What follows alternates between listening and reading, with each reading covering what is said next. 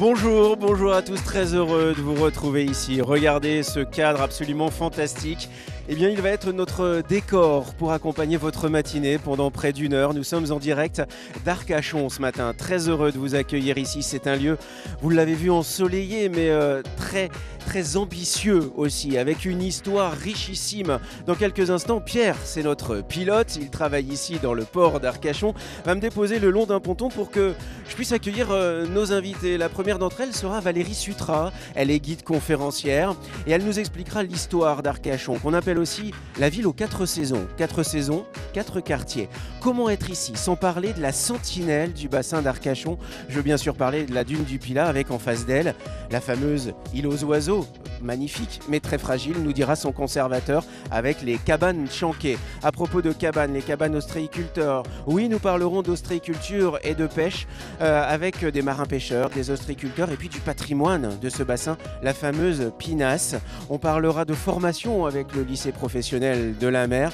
Un beau programme pour accompagner cette matinée. Soyez les bienvenus aussi si vous nous regardez sur Facebook. Cette émission est diffusée sur Facebook et pour la première fois en Nouvelle-Aquitaine, diffusion en HD grâce au savoir-faire des techniciens de France 3 Nouvelle-Aquitaine. On va se régaler aujourd'hui les amis. On approche du ponton et sur la terre, une femme dans chaque port, je vois Delphine Roux. Bonjour Delphine.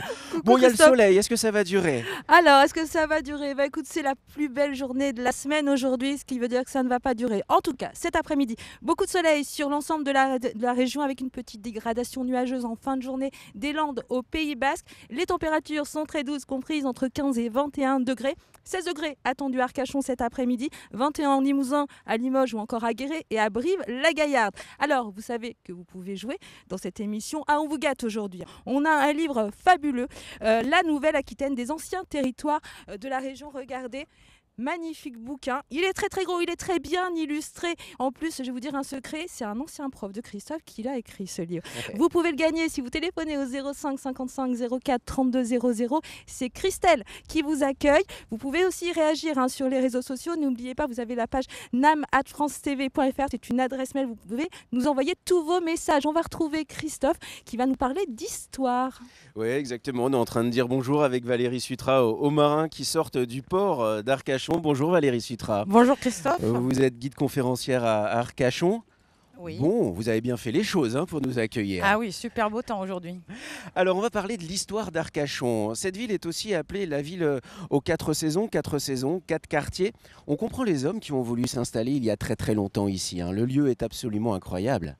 Oui, grâce à la mer, à cette petite mer intérieure qui est forcément plus calme que l'océan Atlantique, une eau plus douce. Donc forcément, c'était une invitation à développer un tourisme balnéaire. Bien sûr, avec des constructions qui ont tout de suite montré quelque chose d'assez ostentatoire en front de mer. Et oui, on est en pleine période où la bourgeoisie commence à prendre le pas un petit peu sur la vieille aristocratie et elle va vouloir vraiment se différencier en jouant un petit peu sur les différents styles architecturaux, en s'inspirant vraiment de tout ce qui peut se faire. On est aussi en pleine période coloniale. 11 000 habitants l'hiver, 15 000 les week-ends, certainement ce week-end avec les vacances scolaires évidemment, et puis 90 000 l'été. Et ça, c'est pas rien. Ça veut dire que les touristes adhèrent à Arcachon. Il y a un quartier un peu particulier. Je parlais des 4 saisons, c'est la ville d'hiver. Il faut nous en parler, Valérie, parce que là, c'est vraiment un endroit, j'allais dire, préservé et à préserver. Oui, exactement. Alors cette ville d'hiver, elle a été construite sur des dunes boisées à partir des années 1860 par 2 personnages très importants pour le développement d'Arcachon, Émile et Isaac Pereire. Ils étaient banquiers. Ils étaient à l'origine banquiers, d'origine bordelaise. Et en fait, ils viennent ici pour créer ce quartier qui va être un sanatorium ouvert, en fait pour attirer la clientèle à Arcachon tout au long de l'année. Alors là, avec... on a rivalisé d'imagination pour les villas, vraiment. Ah oui. Là, véritablement, entre les chalets suisses, entre des petites faux-folles, on retrouve des styles de manoirs, des petites pagodes, des styles orientalistes. Vraiment, c'est vraiment une mosaïque architecturale qui est presque unique en France. Oui, c'est unique en France. Alors si on dit la ville aux 4 saisons, ça veut dire que chaque quartier a son identité, chaque habitant d'Arcachon vit dans son quartier comme dans un petit village. Alors on pourrait penser cela, effectivement, sur la ville d'été, c'est tout simplement vraiment la station balnéaire à proprement parler, Ouais, où tout a débuté. Pour la mer, l'été. La ville d'hiver, c'est tout simplement parce que cette ville d'hiver, grâce à la forêt de pins avec ses effluves térébenthinés, balsamiques, bénéfiques pour les poumons, devient un sanatorium ouvert où viennent se reposer, se soigner les gens, plutôt en saison hivernale. Bien Et sûr. c'est de là. C'était pour faire vivre Arcachon l'hiver, hein. C'était ça Oui, et l'objectif. pour rentabiliser la ligne de chemin de fer Ouais, amenée par les frères Pereire. comme on les comprend. Alors on a l'impression qu'Arcachon a été complètement préservé des aléas de l'histoire. Je pense bien sûr à la Seconde Guerre mondiale. Et pourtant, certaines villas de la ville d'hiver ont été, sans jeu de mots, occupées par les Allemands. Oui, exactement. Il ne faut pas oublier que les Allemands, au début, vont penser que le débarquement des Alliés pourrait se faire sur la côte atlantique. Et le bassin d'Arcachon constitue comme une brèche où il pourrait être aisé pour les ennemis, alors pas de nous évidemment, mais des Allemands, De de débarquer. pénétrer et après, avec la forêt, d'aller vers Bordeaux. Du coup, il reste très peu de traces de cette époque-là. Mais, en faisant quelques travaux, on a découvert en plein cœur du centre d'Arcachon un bunker, carrément même un poste de commandement. Oui, un poste de commandement. Alors, ce bunker a été découvert lors de fouilles de sauvetage pour construire un parking souterrain. Et ça a été une surprise. On avait complètement oublié un petit peu ce bunker. Il ne faut pas oublier qu'on retrouve des bunkers véritablement sur la façade atlantique et le bassin d'Arcachon. D'ailleurs, les plus connus se trouvent sur les plages vers le Cap Ferré ou après le Petit Nice. Vous avez eu l'occasion de pénétrer dans ce bunker? Alors- Parce que quand on voit les images, on a l'impression qu'il est resté dans son jus. J'ai pas encore eu cette occasion puisqu'il n'est incroyable. pas encore ouvert au public. Là, pour l'instant, il faut vraiment le sécuriser et vérifier de manière à pouvoir peut-être ensuite en faire des visites guidées. Mais effectivement, il est vraiment resté dans son jus. Il y a plusieurs salles qui paraissent quand même assez grandes. Ouais. Et on voit quand même que, mine de rien, il avait une grande importance. C'était un poste relativement stratégique. Stratégique. Bon, vous connaissez par cœur Arcachon. C'est quoi ici qui vous plaît? C'est la douceur de vivre? La douceur de vivre, la qualité de vie. Il y a vraiment un art de vivre sur le bassin d'Arcachon. Et c'est vrai que pour comprendre cet art de vivre, à un moment donné, il faut être sur l'eau. Sinon, on ne comprend pas la magie du bassin d'Arcachon. C'est pour ça qu'on a fait une arrivée sur l'eau. C'était pas mal, non? Ah, c'était génial. Hein, C'était vous êtes génial. d'accord? Ah oui, oui, oui. Mais de toute façon, de nautisme, il sera question du 13 au 16 avril prochain, à l'occasion du 5e salon nautique d'Arcachon. On en parlera bien sûr tout au long de cette émission. Et puis demain matin, rendez-vous à 10h20 avec Franck Omer pour une émission spéciale. Le salon nautique d'Arcachon est dorénavant l'un des plus importants de la côte atlantique. Valérie, on se retrouve tout à l'heure parce qu'avec vous, je voudrais qu'on parle, si vous le voulez bien, d'histoire de l'ostréiculture. Très D'accord? bien. Ostréiculture, la pêche, il n'y a qu'un pas. Je le franchis du poton au bateau de pêche de Christophe. Bonjour Christophe. Alors, vous êtes pêcheur sur le bassin. Bon, là, une journée comme aujourd'hui, pour quelqu'un qui exerce un métier comme le vôtre, c'est ce qu'on appelle une belle journée. Là, aujourd'hui, c'est une belle journée. Quel est votre parcours? Comment on devient pêcheur sur le bassin d'Arcachon? Pour moi, pour ma part, pêcheur, c'est de père en fils. Voilà, ça, on est né dedans, quoi. Et en général, c'est souvent comme ça que ça se passe parce que après, c'est plus difficile. Les gens qui arrivent et qui se Ouais, mettent bien à la sûr. pêche, ils n'ont pas d'arriéré, ils connaissent pas trop le métier. Même quand ils étaient petits, d'aller avec leur père ou comme ça, ils connaissent pas ça. Donc, c'est plus difficile pour eux. Donc, c'est naturel quoi, que ça vient. Ouais, puis en plus là on en parle avec le beau temps, avec le sourire, mais il y a des journées qui sont forcément un petit peu plus difficiles, il y a des passes difficiles aussi dans le bassin. On est au mois d'avril, c'est la saison de quelle pêche en ce moment? Mais là, on vient de commencer depuis 3 semaines à peu près. On a fait l'ouverture de la pêche à la sèche. C'est ce qu'on voit là? C'est ce qu'on voit là. C'est ce que je viens de pêcher il y a 20 minutes. En venant ici, comme je suis sur le ferré, moi, en venant ici, j'ai relevé un filet pour vous montrer un peu ce qu'on pêche actuellement. Là on peut pas faire plus frais. Hein. Non, non. Non, là on peut pas. Tiens, un conseil de recette pour ceux qui nous regardent, la sèche, ici on la mange comment? Ici, la plupart du temps, on l'a fait de deux façons. Souvent, la première, la plus simple, c'est des blancs qu'on coupe finement et qu'on fait à la poêle avec de l'ail et le persil, Pas qu'on mal, peut ça. revenir vite fait. Ou alors on l'a fait à la sauce tomate façon armoricaine. Ouais. Au barbecue. C'est pas mal ça, avec un Il y petit en a qui filet les font à la d'olive. J'aime bien ça. Ouais. Bon, ça, moi, j'ai pas trop l'habitude de ça. Et moi j'aime bien. À la du coup, rigueur, en ma femme est plus calée que Charente-Maritime, moi. on fait ça. La sèche, quelles sont les autres espèces emblématiques ici? On a beaucoup d'espèces en fait dans le bassin, il y a beaucoup d'espèces de poissons qui viennent. On se retrouve en même moment que la sèche arrive, on a pas mal de poissons qui font la migration, qui remontent et qui viennent dans le bassin pour venir pour se nourrir. Pas forcément pour pondre, c'est un peu a priori. Il y a quelques poissons qui viennent pour pondre, mais la plupart du temps, ça pond à l'extérieur, ça rentre dedans après. C'est plutôt un endroit où ils viennent se nourrir parce qu'il y a beaucoup de nourriture. Donc on va retrouver la sèche. La sole fait partie des espèces où on a le plus. Aussi, ouais. Après, on va trouver un peu de tout, du mule, tout un tas de sortes de dorades, dorade royale, dorade marbrée, dorade grise, dorade sard. On va trouver du bar, on va trouver Tout du ça, maigre. ça se pêche au filet. Oui, on voit nous des on images où on l'utilise vous voit principalement remonter au les filets. filet et la sèche à la cage. À la cage. Vous êtes seul sur votre bateau? Moi, oui. C'est un choix? Non, avant, oui, c'est un choix maintenant. Avant, on était 2. Et maintenant, c'est plus trop intéressant à 2. Ouais, Et en puis, fait, le deuxième était en fait mon père qui est parti à la retraite. Christophe, je dis seul. Pascal. Non, Christophe n'est pas seul. Avec un compagnon de route. Ouais, voilà, ça me manquait donc. Ouais, comment il s'appelle? Nila. Nila. Nila, c'est le compagnon de route de Christophe.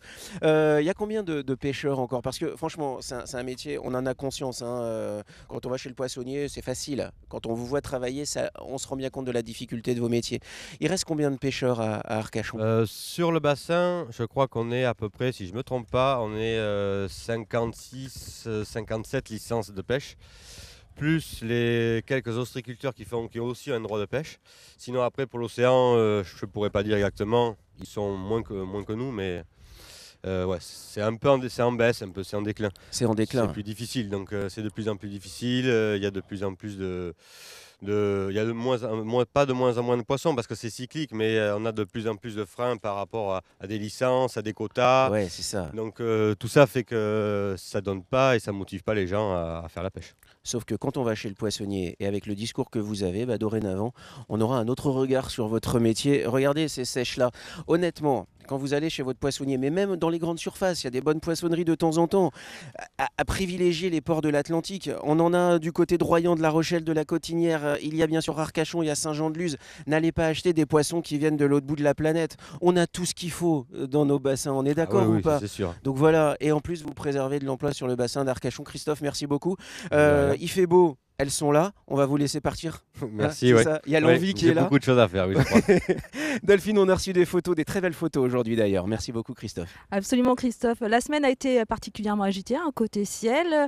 On a eu 7000 impacts de foudre en Nouvelle-Aquitaine, ce qui a fait le bonheur de l'association Chasseurs d'Orage 17 qui nous a offert cette magnifique photo. Ah bah oui, évidemment les orages, ça leur plaît, ils étaient heureux comme tout. Et puis le ciel nous en a fait voir de toutes les couleurs et Valérie de Limoges en a profité pour sortir son smartphone et a pris ce magnifique arc-en-ciel en photo.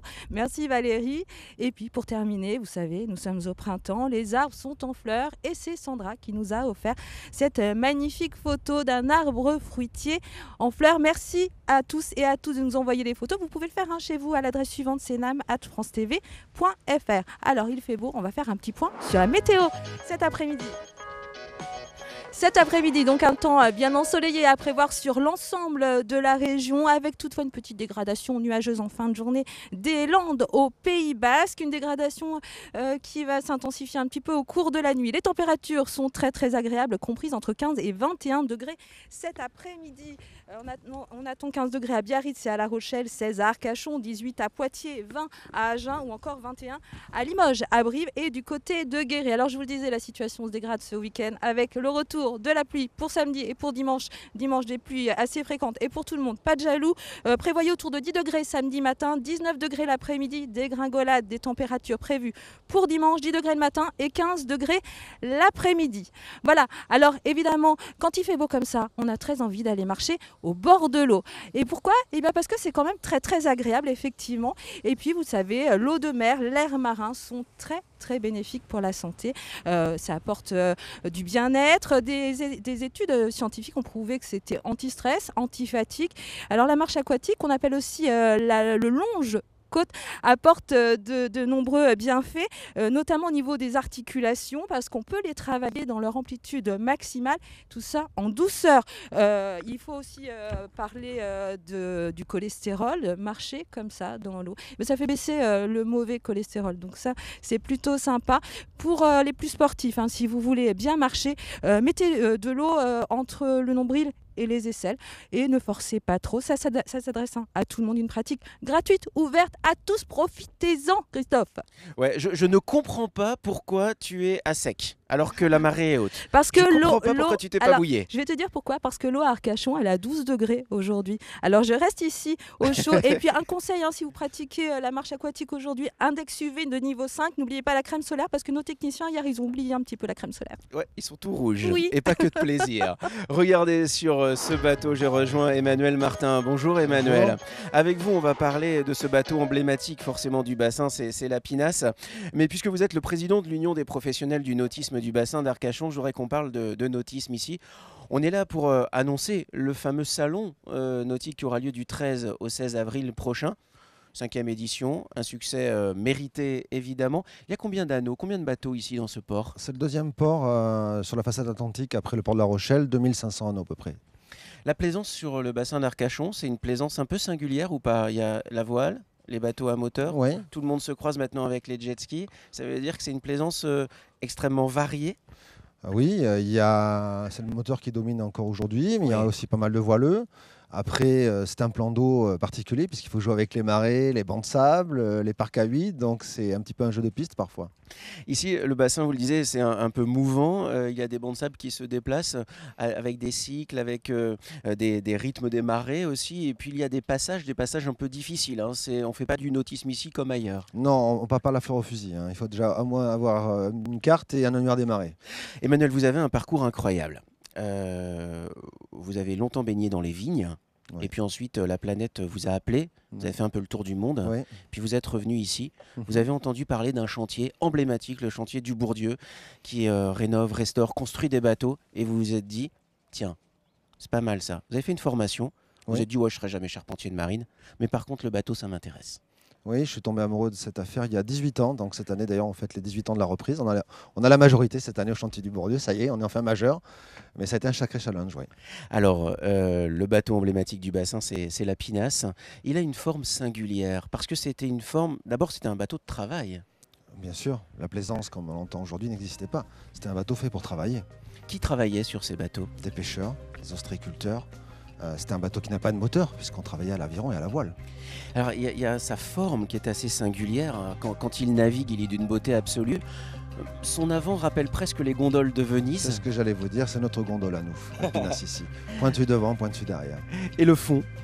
Le fond, il est variable, mais historiquement, c'est des bateaux à fond plat.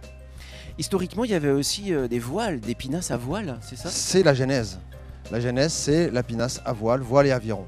Le moteur est arrivé beaucoup plus tard. Quand on entend pinasse dans votre bouche, on entend pain.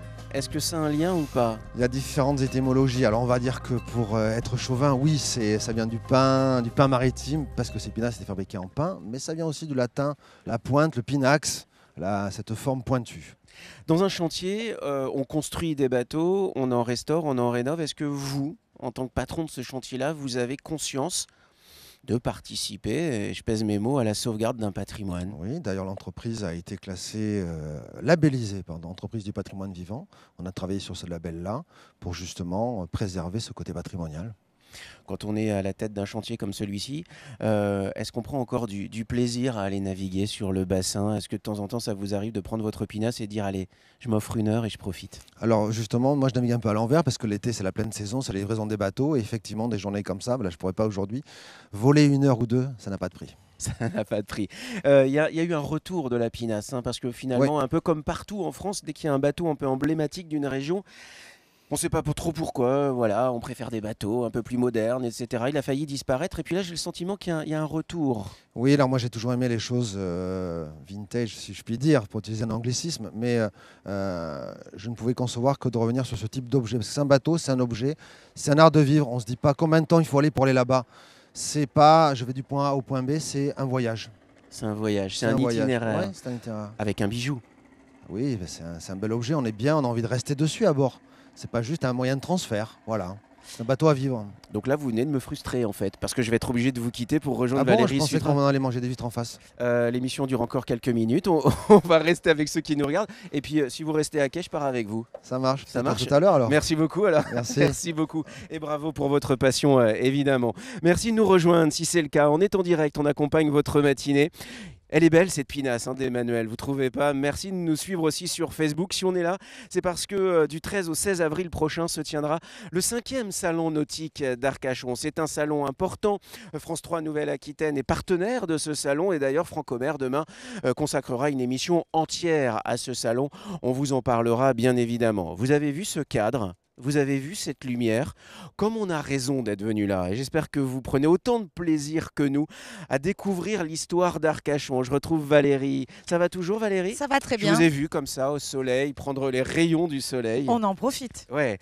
Alors on a découvert Arcachon. On a parlé avec Christophe de la pêche. On vient de parler des pinasses emblématiques. Le bassin d'Arcachon, c'est aussi les huîtres, l'ostréiculture.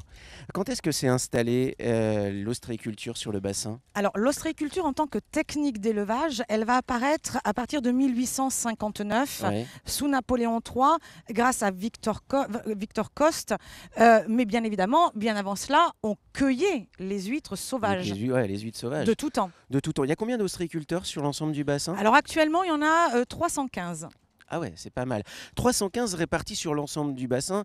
Les ports ostréicoles ont une histoire, évidemment. Mais il faut distinguer les ports ostréicoles des villages ostréicoles. Oui, parce qu'originairement, les ports vont être vraiment de ce côté-ci du bassin d'Arcachon, sur la Teste, Gujan, Andernos, Arès, etc. Mais on parle d'un temps... Gujan-Mestras, c'est un peu la tour Eiffel des ports ostréicoles. Ah, c'est la capitale, hein. oui, C'est de ça. l'ostréiculture. Mais Attendez, je suis en train... Emmanuel m'a promis un tour. Tiens, regarde. Emmanuel m'a promis un tour avec sa pinasse. Bon, je crois que c'est raté en fait. Bon, il va revenir tout à l'heure. Oui. Non, j'espère bien. Alors, la différence entre Gujan-Mestras, capitale, la différence entre... Là, c'est un port, on est bien d'accord? Oui, parce que les populations vivaient véritablement de ce côté-ci. Elles étaient sédentarisées. Voilà, c'était des populations qui vivaient des villages anciens, alors que la presqu'île du Cap-Ferré, à l'époque, appartenait à la Teste de Bûche et n'était quasiment pas habitée. Mais traditionnellement, on va installer les parcs à huîtres autour de l'île aux oiseaux et de la presqu'île du Cap-Ferré pour éviter le ramassage des huîtres par tout le monde.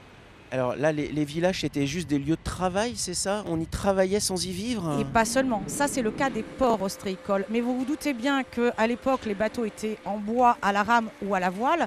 Et au moment des fortes activités de pêche, si à chaque fois ils devaient rentrer dans leur village, ils auraient perdu énormément de temps. Ouais, bien sûr. Donc, ils vont commencer à échouer des pontons flottants qu'ils vont aménager pour y habiter le temps de cette forte saison d'activité. Et petit à petit, ils vont construire des cabanes où ils vont pouvoir travailler et habiter, ce qui n'est pas du tout le cas sur les ports ostréicoles, où là, les cabanes n'ont absolument pas le droit d'être aménagées, ne serait-ce que pour y passer une nuit.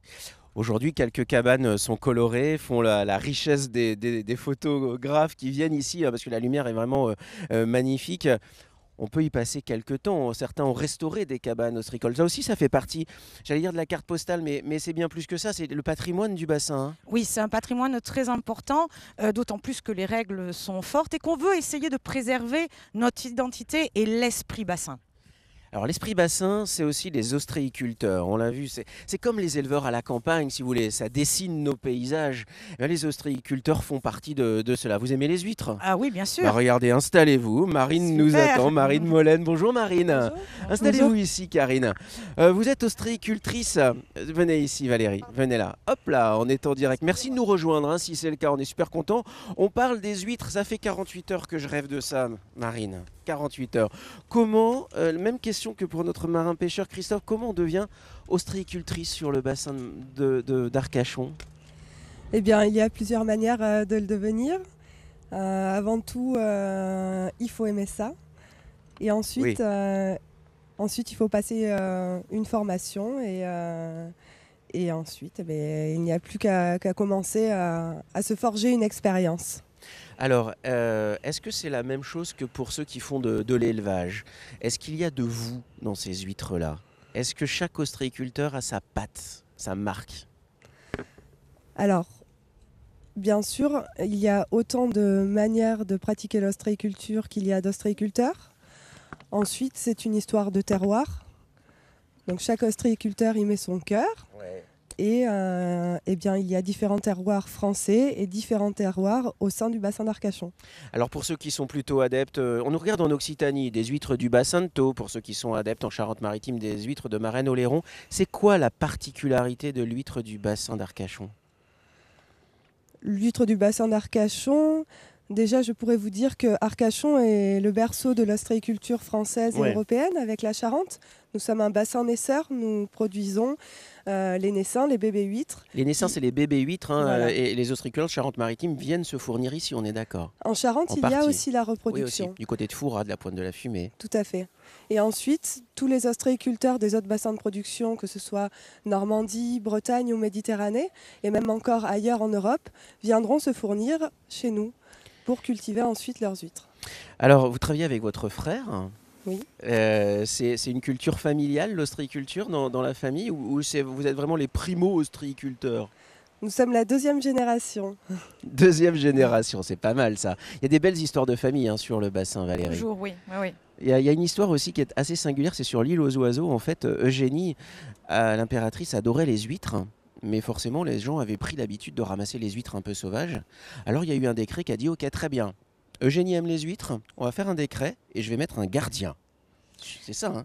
Effectivement, quand l'ostréiculture en tant que technique d'élevage est mise en place, et effectivement, Victor Coste se rend compte que le bassin d'Arcachon est vraiment l'endroit pour faire naître justement les huîtres et inventer le collecteur avec cette fameuse tuile Cholet, eh bien, il va falloir surveiller et faire en sorte évidemment que tout le monde ne vienne pas ramasser ces huîtres. Et donc, il va y avoir des parcs impériaux, les parcs Eugénie, et raison pour laquelle on va aussi avoir des cabanes pour surveiller ces fameux parcs impériaux.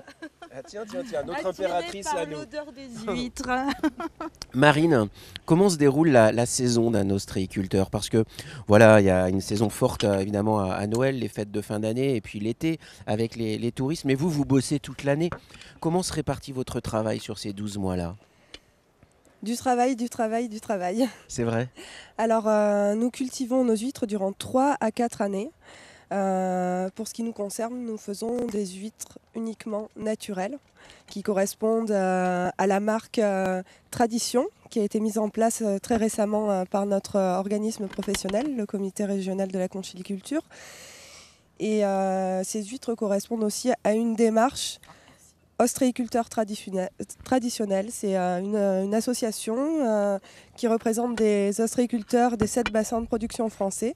Nous défendons un produit 100% naturel, né et élevé en mer.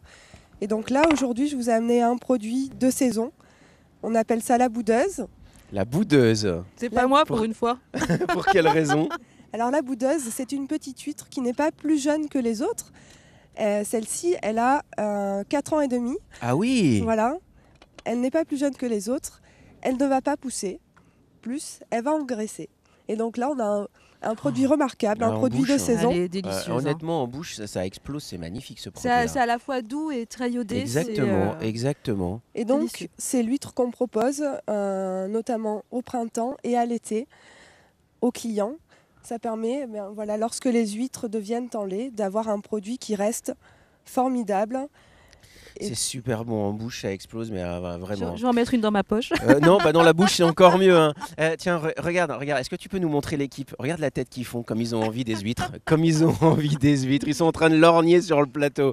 Je reviendrai tout à l'heure. Vous m'en laissez une ou deux, Non, les filles? non. Mais va voir.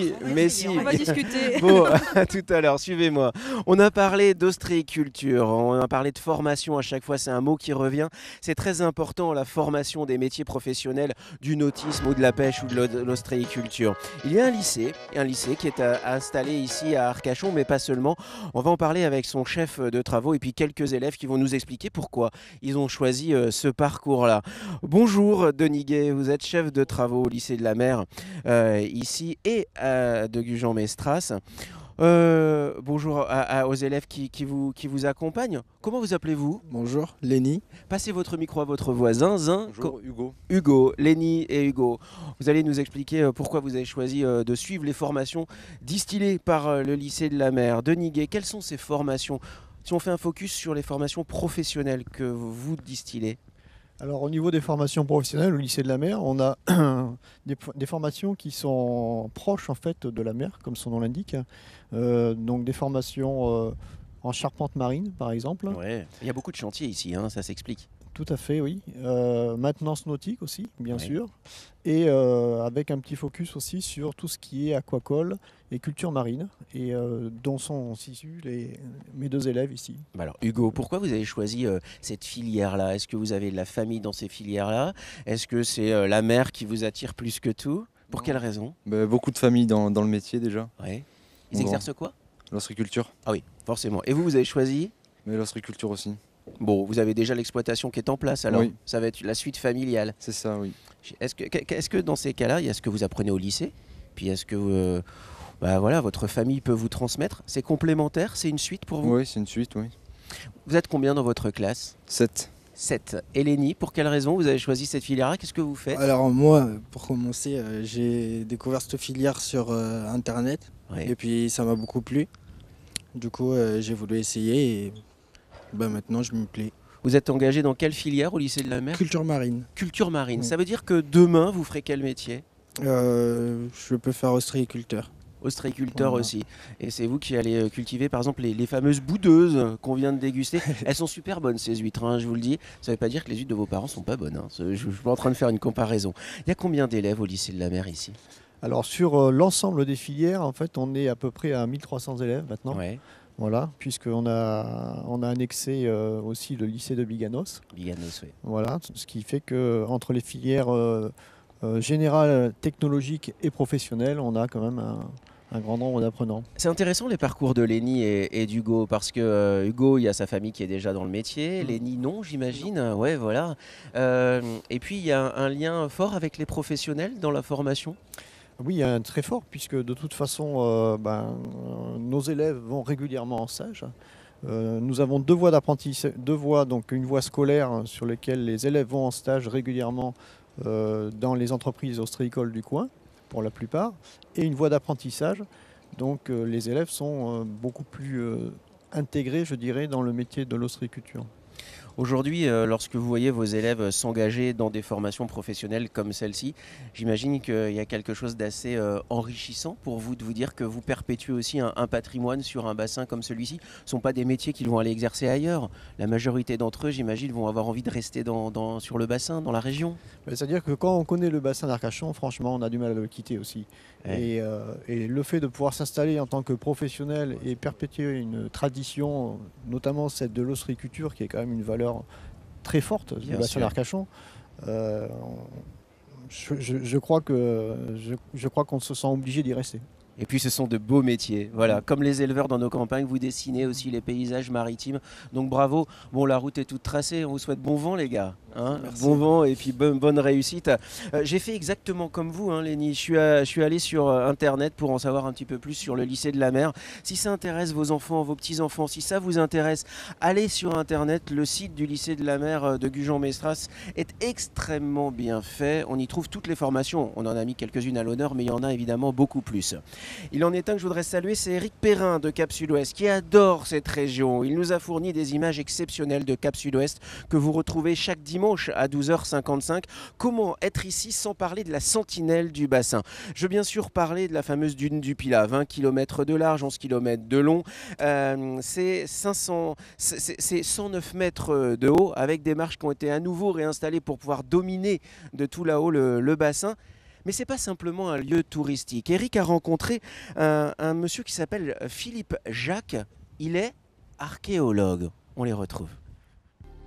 Ce que Philippe veut nous montrer est inattendu, étonnant, un chantier de fouilles archéologiques.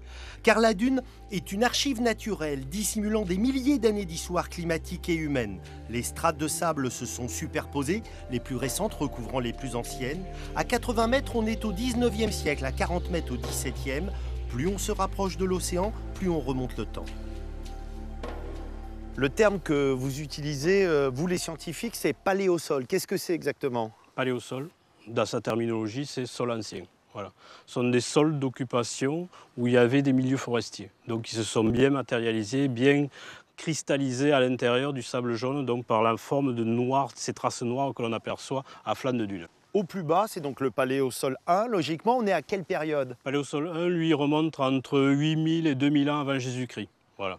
C'est-à-dire la fin de l'époque néolithique, la fin de la préhistoire. C'est-à-dire que là, par exemple, ce qu'on voit derrière nous, ce qu'on pourrait prendre comme du pétrole et c'est pas du tout, qu'est-ce que c'est? Voilà, c'est les éléments de l'ancien Paléosol 1 qui se sont fragmentés avec l'avancée de la mer. Là, nous sommes à 4 mètres d'altitude. Voilà, une frange qui est entre 4 et 10 mètres parce que ça varie un peu. Effectivement, on est sur le Paléosol 2. Alors, Paléosol de quelle période? Paléosol 2, ben là on est au milieu des âges des métaux, c'est-à-dire au début du premier âge du fer, quelque part entre le 7e, 6e siècle avant Jésus-Christ. C'est la chantier de fouille, qu'est-ce qu'on trouve? En fin de compte, les gens, à ces époques-là, ils n'avaient pas comme nous des recyclages et des poubelles où ils mettaient leurs déchets. Donc qu'est-ce qu'ils faisaient? Ben, autour des habitats, ils rejetaient tout ce qu'ils n'avaient pas besoin. Donc nous, qu'est-ce qu'on fouille? On fouille leurs poubelles. Alors vous avez quelques exemples à nous montrer? Voilà, quelques fragments de céramique qui ont été retrouvés, pas sur ce site-là, mais sur un site limitrophe, qui ont été trouvés dans les années 80-90. Voilà. Ce sont des fragments de poterie non tournés, puisqu'à l'époque, on ne tournait pas la céramique. Il y a des petits dessins. Voilà, il y a effectivement de la décoration? des décorations à la main qui est faite avant cuisson de la céramique. Est-ce qu'il y a d'autres beaux objets qui ont été trouvés sur ces sols? Oui, ben, notamment ce fond d'urne, puisqu'ici, c'est pas la partie haute, c'est la partie basse du vase, c'est là où reposait le vase, donc c'est une urne. Voilà. Rappelez-moi la datation. Alors là, on est toujours à la même période, toujours cette période proto-historique du début du premier âge du fer, autour du 7e siècle avant Jésus-Christ. Je connais plus d'un touriste qui vient l'été ici se faire bronzer, qui ne se doute pas qu'il est à côté d'un site aussi riche. Tout à fait. Quand on disait aux gens qu'on fouillait, qu'on trouvait des restes d'habitat, ils ne nous croyaient pas du tout. Alors lorsqu'on leur a dit qu'on faisait un terre-plein pour installer des chaises longues, là c'est passé sans problème. C'est génial cette séquence-là, c'est incroyable de faire de l'archéologie sur la dune du Pilat. Merci beaucoup à Éric Perrin pour ces images de Cap Sud-Ouest chaque dimanche à 12h55. Thierry Duprat, bonjour. Bonjour. Très heureux de vous rencontrer. On m'a parlé de vous. Dès que j'ai essayé de préparer cette émission, on me disait l'île aux oiseaux, Thierry Duprat. Dès que j'essayais de partir ailleurs, on me disait Thierry Duprat, l'île aux oiseaux. En fait, vous êtes le conservateur de cette île aux oiseaux. C'est un lieu emblématique, mondialement connu. Il est beau, mais il est aussi fragile. C'est quoi la mission d'un conservateur sur un lieu comme celui-ci? Vous venez de le dire, c'est de préserver et de conserver, comme son nom l'indique. Donc ce milieu qui fait quand même 1690 hectares, dont 242 hectares émergés. Donc la principale mission, c'est de conserver la faune, la flore, et essayer de faire vivre tout le monde ensemble tout autour de ce bassin. Alors l'île aux oiseaux à marée basse et à marée haute, c'est plus du tout le même paysage.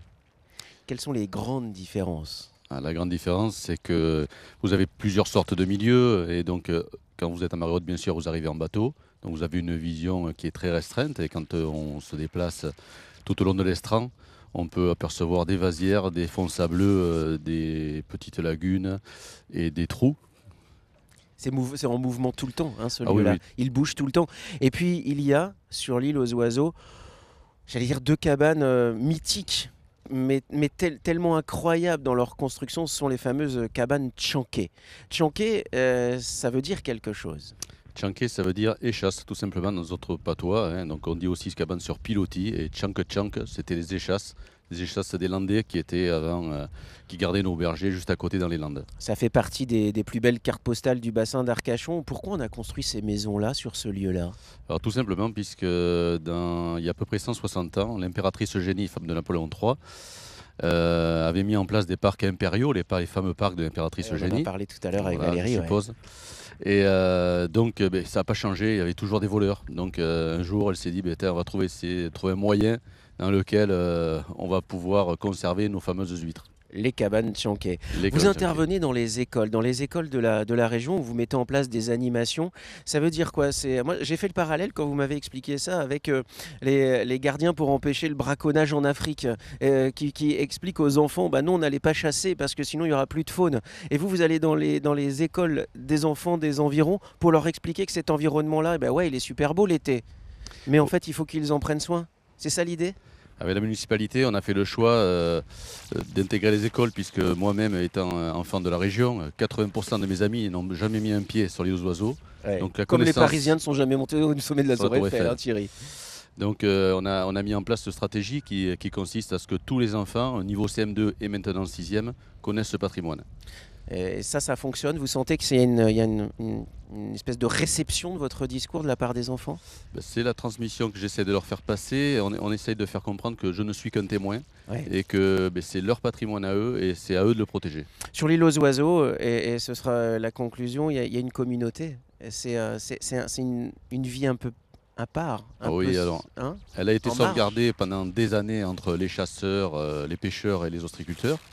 Un peu plus ouverte aujourd'hui, mais il faut compter à peu près 42 cabanes sur le domaine public et 11 sur le domaine privé. Et toutes ces cabanes représentent à peu près une centaine de familles. Mais c'est l'attrait quand même, on est quand même le deuxième site le plus visité en Aquitaine. Bien sûr. Et donc si vous venez cet été, alors vous pouvez bien sûr visiter l'île aux oiseaux, aller rencontrer les animateurs, ceux qui sont sur place, qui vont vous expliquer la particularité de ce lieu-là. Thierry Duprat est un homme du pays et bosser sur un lieu comme ça, j'imagine qu'on s'en lasse pas. Voilà. Donc continuez comme ça. Merci beaucoup Thierry Duprat. Merci et belle saison puisqu'elle commence avec les vacances scolaires dès ce soir. À très bientôt. Merci. Des idées de sortie les amis, on en a pour vous. Enfin quand je dis on, c'est Delphine. Elle les observe tout, elle regarde tout et paf, on vous propose des idées de sortie. Et paf, un concert exceptionnel à annoncer, ce sera demain soir à la salle Lescours à la Cano. Ce sera qui? Ce sera Lulu Gainsbourg. Lulu Gainsbourg, c'est le fils de Serge, le fils de Serge Gainsbourg, le fils de Bambou, le demi-frère de Charlotte. Il est chanteur, musicien comme son papa, il a le sens de l'humour de son père. Il vient nous présenter son dernier album qui s'appelle Tequila. Pas mal, Pas c'est mal. bien ça. Je savais pas qu'il faisait des concerts. Il fait plein Quoi de d'autre choses. Quoi d'autre pour les plus sportifs? Direction Limoges pour les foulées du Populaire. Ça aura lieu dimanche à partir de 9h. Rendez-vous sur le champ de Juillet. Dans ces épreuves-là, il y a une épreuve tout particulièrement intéressante qui a retenu mon attention. Ce sont les foulées roses. Une épreuve destinée exclusivement aux femmes au profit de la lutte contre le cancer du sein.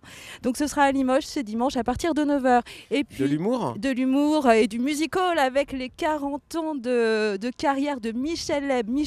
Donc il sera en tournée un petit peu partout dans la région. Alors Christophe, je vais te demander de m'aider un petit peu. Tu vas prendre ce livre, je vais prendre mes Ouais, fiches, si tu veux. parce que j'ai pas retenu toutes les dates par cœur. Alors, attention. Allons-y pour... notez bien à la maison, Michel Leb. Alors, c'est parti. Il est à Pau ce soir. Demain soir, il sera à Biarritz. Il sera à Agen au centre des congrès du 8 au 13 avril. Et il sera à La Clameur à Niort le 14 avril prochain.